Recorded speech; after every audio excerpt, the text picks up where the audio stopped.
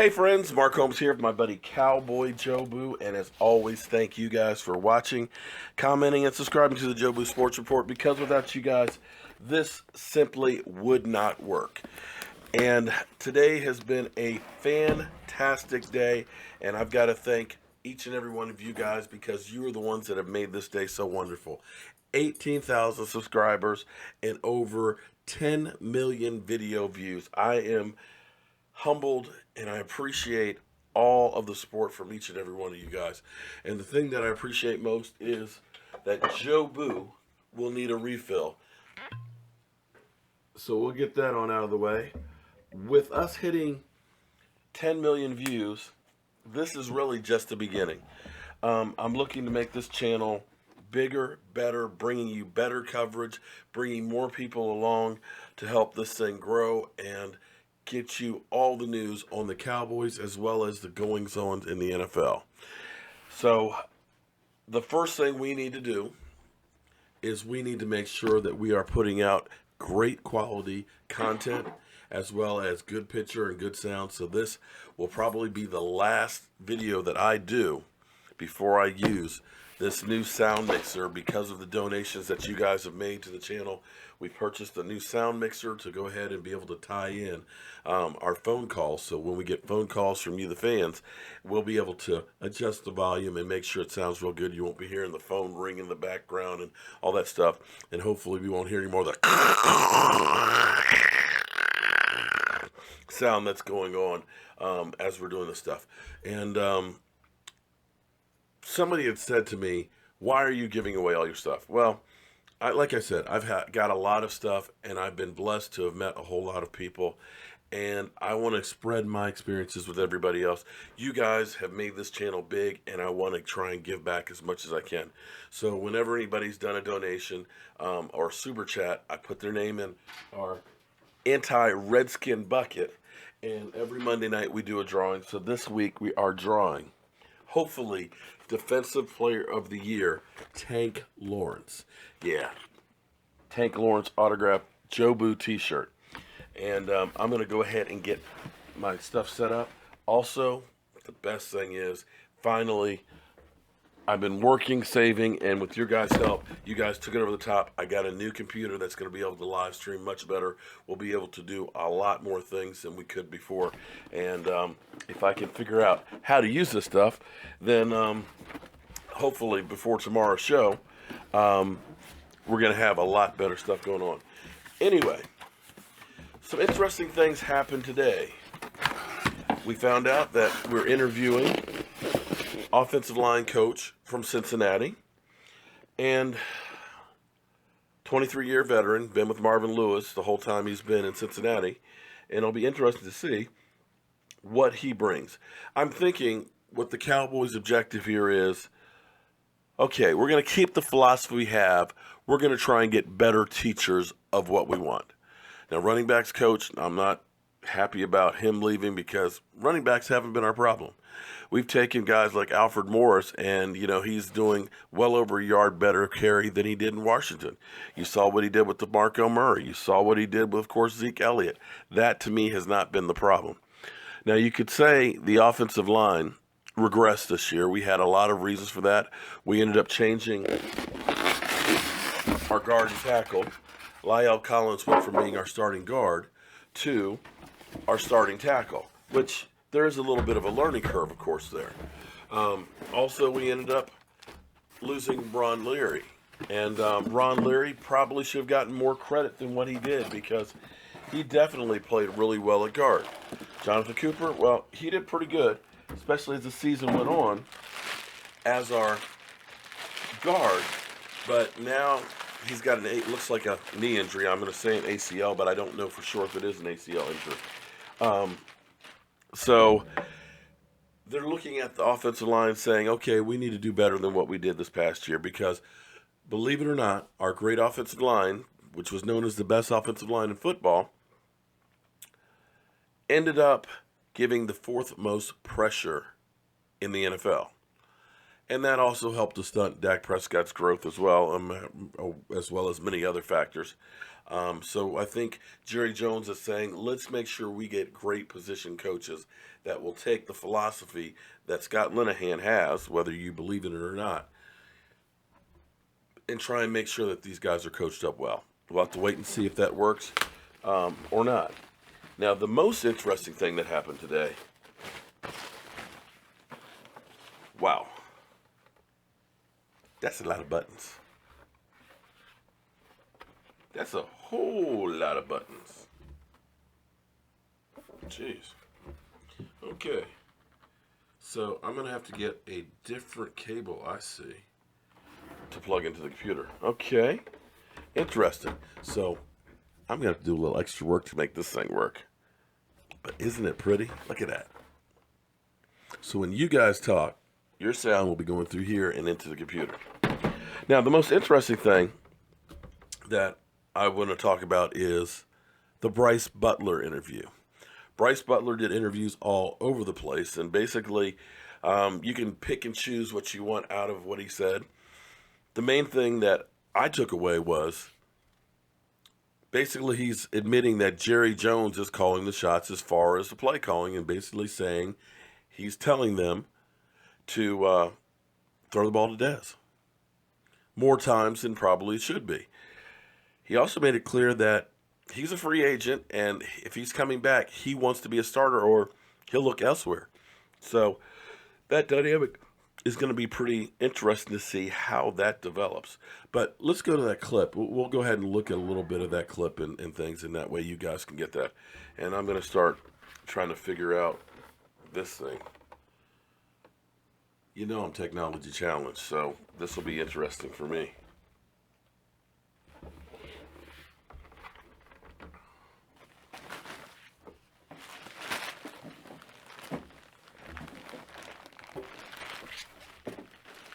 What time is it?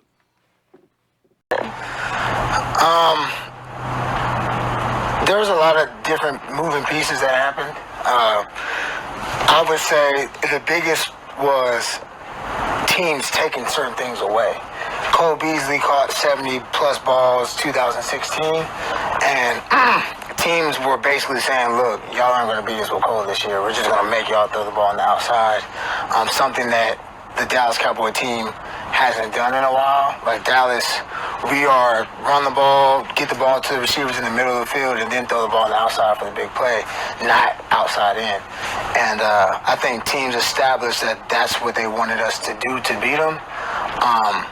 And really, it stifled us because we didn't really, I don't feel like we made the proper adjustment to do that or to beat teams when they're giving us that to make them go to outside so we can go back to where we wanted to go. And I honestly think that's just what our problem was all year. When teams saw that we didn't really know how to handle that, every team had like the same game plan. So you talked a little bit about this on Undisputed, but your role with the offense this year, you felt like it could have been more. Mm-hmm. Now Dez is obviously the number one receiver on your team, but do you feel like that's because he makes number one receiver money or because he still is that guy? I think it's for the most part, speaking on this season, is because of what he's done for the team in the past, and obviously he's making a lot of money. So, you know, you got an owner like Jared, whatever. He's been with Dez longer than he's been with me, and like I said on the show, like Dez has made plays. He's done everything in his career to make the money that he's made. I think he has the most reception touchdowns in Dallas Cowboy history.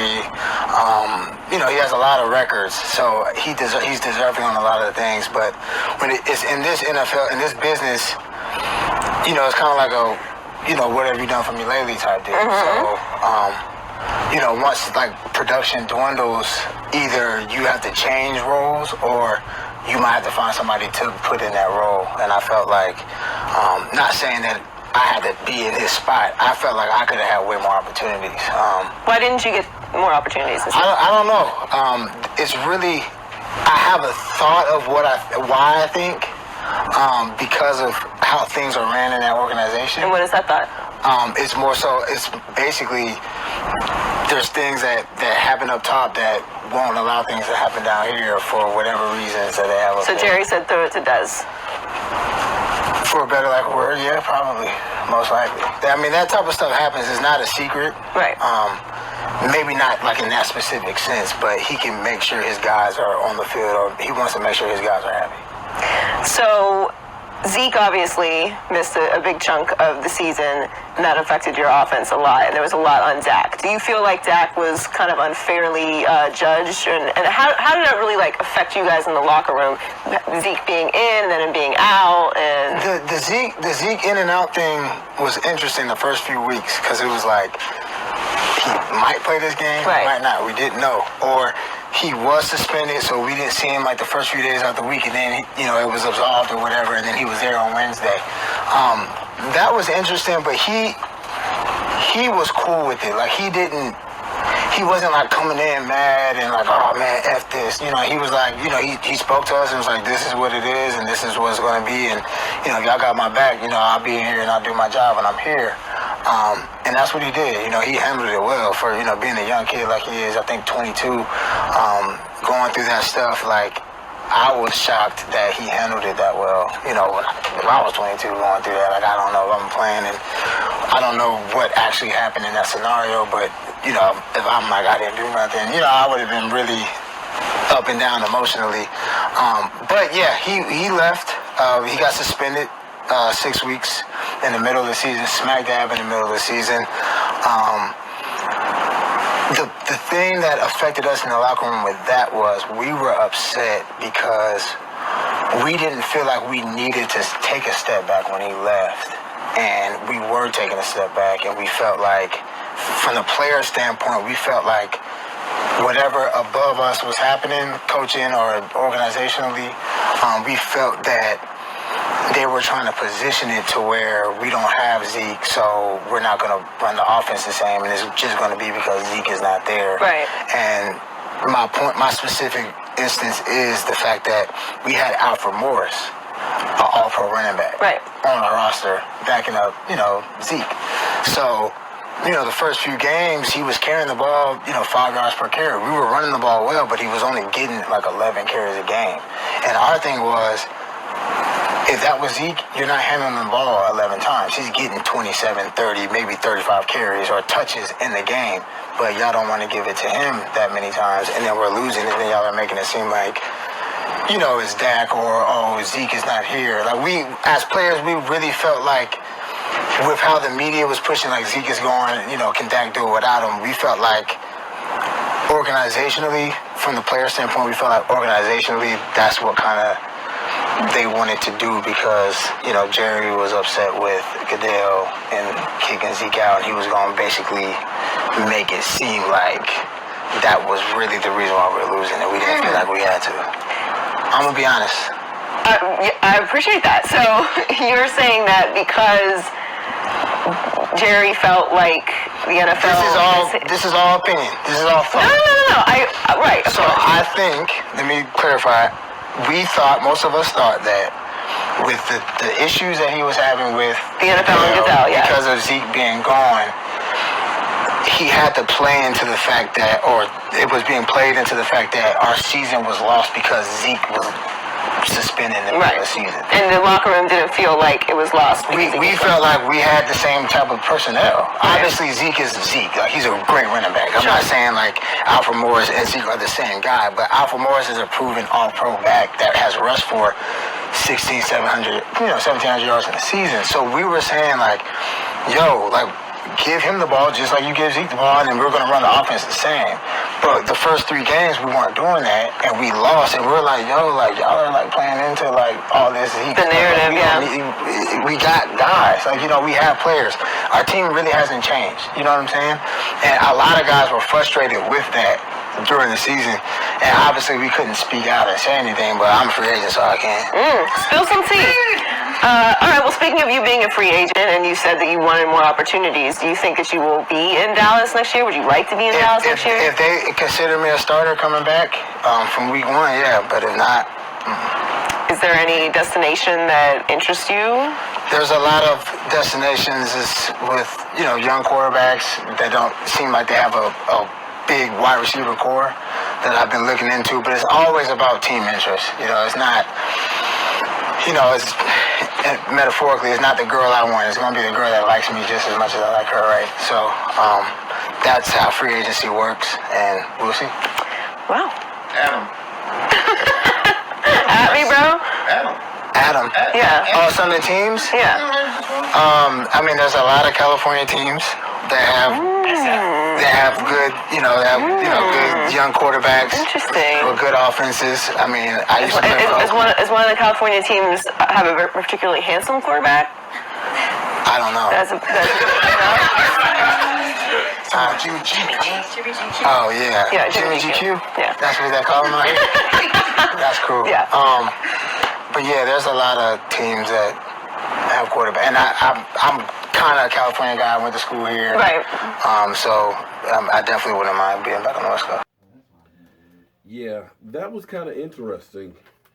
Brice Butler, I don't know if he's trying to burn some bridges on the way out the door or if he is trying to mark his territory.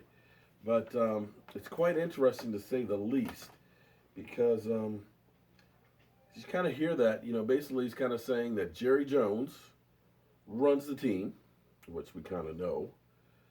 Basically saying that Dez Bryant, he's earned his status. However, he gets too many passes thrown his way.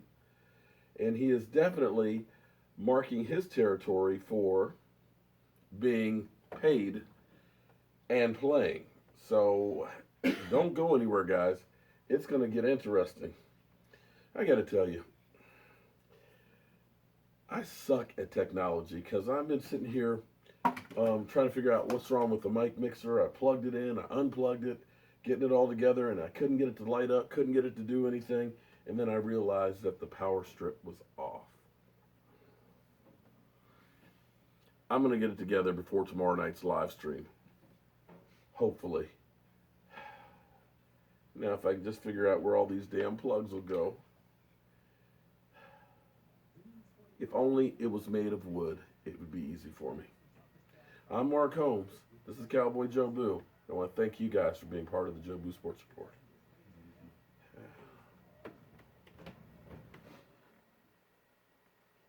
Which one's the red and which one's the white?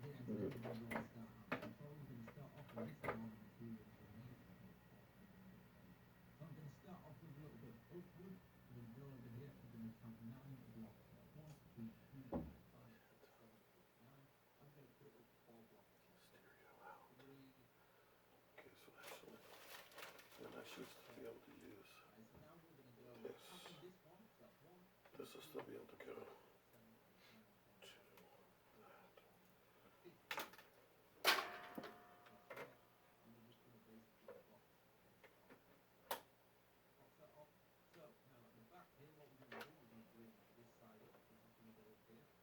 Oh, let me turn off the computer. Hello friends, CowboyJobu here at the Jobu Sports Report. Unfortunately, I have some bad news.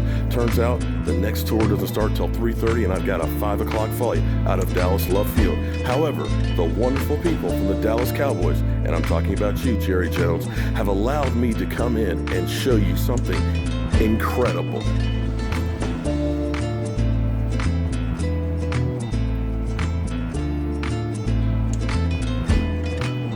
That, my friends, are Super Bowl trophies. In case you Eagle fans didn't know, I'm CowboyJobu, wanting a 6th Super Bowl trophy. Back to you in the studio.